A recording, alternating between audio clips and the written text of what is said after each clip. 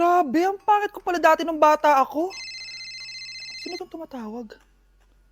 Hello? Scarlett, wag kang papasok bukas sa school ha. Ha? Bakit? Sino ka ba? Basta, sundin mo na lang ako please. Ano yun? Ang weird. Oh anak, hindi ka pumasok? Opo Nay. Masakit po yung pagkaramdam ko eh. Pagaling ka anak ha. Anak, yung school mo, nasusunog. Nasusunog, Nay. Totoo nga yung sinasabi ng caller kanina. Grabe. Buti na lang anak, hindi ka pumasok sa school ngayon. Sino na naman tumatawag na to? Hello? Sino to? Scarlett, wag kang matutulog ngayong gabi ha. Ikaw na naman? Paano mo nalalaman yung mga yan, ha? Scarlett, please sundin mo na. Anak, matutulog na ako, ha? Ikaw din, huwag ka na magpuyat. Sige po, Nay. Tatapusin ko lang po itong pinapanood ko. Kung hindi ako matutulog, ano namang gagawin ko buong gabi? Matutulog na lang ako. Baka niloloko lang ako ng caller na yun. Nay! Nay! Gising, Nay! Ano nangyari, anak? Binabangungot ka, Nay. Buti gising ka pa. At nagising mo ako. Sino ba talaga yung caller na yun? Sino ka ba talaga, ha? Bakit alam mo lahat ng mga masasamang mangyayari? Gusto mo ba talaga ako makilala, Scarlett? Oo, dahil hindi ako matatahimik. Magkita tayo malapit sa puno ng mangga. Hello? May tao ba dyan? Hi, Scarlett. Ikaw ba yung caller? Gusto mo ba talagang makita kung sino ako? Oo. Ako ikaw, Scarlett. Galing ako sa future. Ikaw ako? Kailangan kong ayusin yung mga nangyaring masama. Paano? Paano nangyari yun? Basta, Scarlett, ayusin mo yung mga desisyon mo sa buhay, ha? Sige na, baka mahuli pa ako ng mga humahabol sa akin. Sandali! Sino humahabol sa'yo? Nay, pengi baon? Ito anak. Lu, bakit 20 lang? May mabibili ba ako dito, Nay? Aba, ba't di ka na lang magpasalamat? May baon ka pa. Nay, dagdagan mo to. Teka lang, nasan yung hanger ko? Okay na pala to, Nay. Bye-bye na. Nayo, nagsweldo na ako. Ay, hindi na, anak. Ipunin mo na lang to. Sige na, Nay. Pambili mo din ng gamot yan. Oh, sige. Salamat, anak, ha. Anak, kainin mo na to. Nay, ayoko nga niya. Aba, ang dami-dami nagugutom dyan na bata sa labas. Tapos ikaw ay mo kumain? Akala mo naman mabubusog yung mga bata sa labas kapag kinain ko yan. Mabubusog kapag eto pinakain ko sa'yo. Ito na, kakainin ko na. Nay, namiss ko na yung mga luto mo. Sige, anak, lutuan kita, ha. Excited na ako, Nay. Grabe pala si nanay. Buong araw nagtatrabaho. Ang dami na lang sinasakripisyo para sa amin. Siguro, deserve naman nila ng something for Mother's Day. Good morning, Nay. Nay? Nay? Nay, gising! Ano ba yan, anak? Ang ingay mo naman. Hihidlip lang ako. Pinakaba mo naman ako, Nay. Andyan na order ko.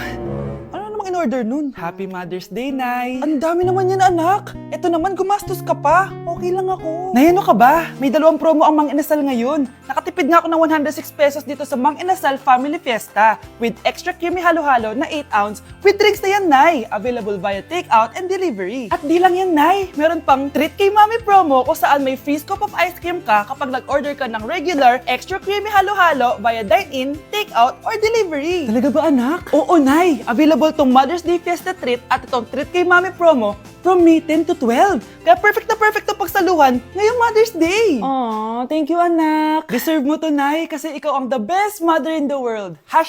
#Moms deserve Mang Inasal. Kain na nga tayo bago pa ako umiyak. Grabe ang creamy nitong halo-halo, Nay. Sarap ng manok, anak. Parang ang sarap niyan, Marsa. Meron ba ako niyan? Nanay din ako. Ayan, diyan ka magaling eh. O ito, barbecue.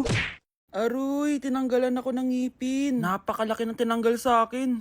Hello guys! Kung napapansin nyo, naka-brace na naman ako. Ilang araw din ako di makakain na maayos dahil sobrang sakit niya guys. So bakit nga ba ako nagpa-brace ulit? Fun fact lang guys, 6 years na ako naka-brace before. Pero di pa rin na-address yung issue sa ngipin ko. Kung makikita nyo sa picture guys, medyo palabas or flared yung ngipin ko. Kaya naman nag-decide na ako na magpa-brace ulit. Sabi din ng dentist ko, kailangan daw tanggalin yung 4 na premolars ko para daw pumasok yung mga ngipin ko. Kaya ngayong araw, tatanggalin yung mga premolars ko. Bago pala ako pumunta ng dentist, kumain na muna ako kasi alam ko di ako makakain mamaya. Buti na lang talaga masarap ang ulam at nakakain talaga ako na madami. Medyo kinakabahan nga ako kasi ngayon na lang ulit ako mabubunutan ng ngipin. Yung last bunot ko ata nung bata pa ako. Dahil tulog pa si Honey Bunch, di ko na siya gigisingin. Ako na lang mag-isa pupunta sa dentist. Good luck na lang talaga sa akin mamaya. So ayan, kinakausap na ako ni Doc. Sabi niya wala daw ako mararamdaman na sakit kasi may anesthesia naman daw na ilalagay. Ito pala yung x-ray ng mga ngipin ko. So yung may black dot dyan, yun yung mga tatanggalin. Kung makikita nyo din, impacted din yung wisdom tooth ko. So ipapatanggal ko din yan soon. Eto na guys, last look na buo ang ngipin ko. Kasi mamaya bungal normal na ako. Ayan guys, nilalagay na ni Doc yung numbing cream para kapag in-inject na ako ng anesthesia, wala na ako maramdaman. Dito sa part na to, di ko na ma-feel yung bunganga ko. At thank you Lord talaga, hindi siya masakit. Parang hinihila lang yung ngipin mo ganun. Charan! Tapos na, medyo nahirapan si Doc ha. Paano di mahihirapan? Sobrang laki ng kinukuha. Rate ko yung pain niya, siguro 3 out of 10 lang. Pero alam ko mamaya pa to sasakit pag wala na yung anesthesia. Sabi ko din kay Doc kung pwede ko bang itago yung ngipin ko, ilalagay ko lang sa ilalim ng unan. Eto na guys, ang itsura ng ngipin ko ngayon, bungal ira na. Dalawa lang pala muna binunot ni Doc kasi next week daw yung dalawa pa. So yun lang naman guys, bye!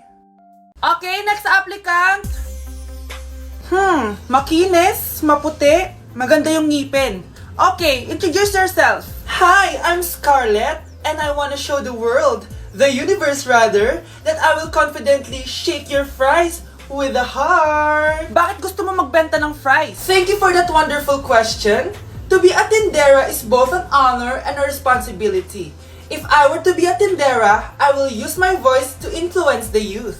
Thank you. Okay, eto, mas mahirap na tanong. Ano mas masarap na flavor? Cheese o sour cream? If people were to argue between cheese and sour cream, well, everything is good, but in moderation. Thank you. Magaling! Pasok ka na sa top 10! The new Miss Potato Corner is Scarlett! Nasaan na yung 1 million na prize? Anong 1 million na prize? Magluluto ka ng fries. Pasok ka na sa trabaho. Magluto ka na ng dali. Nagugutom ako. Sige po, magluluto na ako. Hindi ko alam kung kinakain to. Trying viral TikTok snacks! Let's go! Dumating na sila! Lahat ng mga papakita ko dito, hindi sponsored. Baka naman. Ang una natin titikman ay may 1.3 million sold sa TikTok shop. Wow, grabe! Buksan na natin. Ang laki pala niya. Parang mukha ko na to. Oh. Wow! Wow, amoy damo. Lasa siyang Coco Crunch tapos lagyan mo lang ng matcha sauce. For me, i-rate ko to ng 7 out of 10. Okay, next, etong Mamon from China and super sikat na ito, promise. Ano to? Kinakain ba to? Ito yung mga nasa sapatos, di ba? Guys, hindi ko alam kung kinakain to. Pag di ko na-upload to, ibig sabihin alam nyo na. Guys, hindi pala siya kinakain. Ganito yung tsura niya. Ang sarap! Wow, wow, wow, wow, wow, wow. Kaya siguro viral to. Ang sarap! Bahay namin out of 10 to, guys! Kapag hindi ko nasarapan dito, sunugin yung bahay namin. Okay, etong next natin is merong 2.1 million sold sa TikTok shop. Grabe, ang dami nun! Paldo kayo ha! Eto na sila guys. Bumili ako ng 2 cookie, etong matcha, and eto black asteroid. So galing to ng space? Hindi! Masarap siya! I-rate ko tong flavor na to na 8 out of 10. Okay lang siya. 6 out of 10. Okay, next na tayo. So meron tong 300,000 sold sa TikTok shop.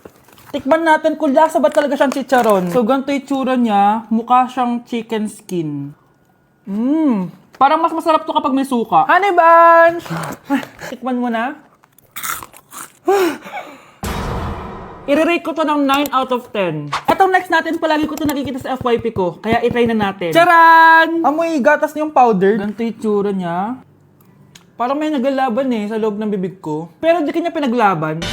Pero di ko kaya. Masarap siya and i-rate ko siya ng 9 out of 10. Okay, last natin natitikman itong fruit and vegetable na chips.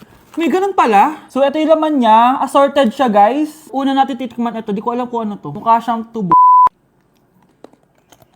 Feel ko nalunok ko na yung mga braces ko. Okay lang yung nauna ko natikman. Ito, parang sweet potato. Parang magkakalasa lang silang lahat. Iba lasa niya to. Durian! Kaya pala parang may amoy. I-rate ko to ng 5 out of 10. Hindi ko siya masyado nagustuhan, pero malay nyo kayo magustuhan nyo, di ba? In fairness matibay yung braces ko. Kung meron pa kayong gustong ipatikim sa akin, i-comment nyo lang dyan. Yun lang naman guys. Bye!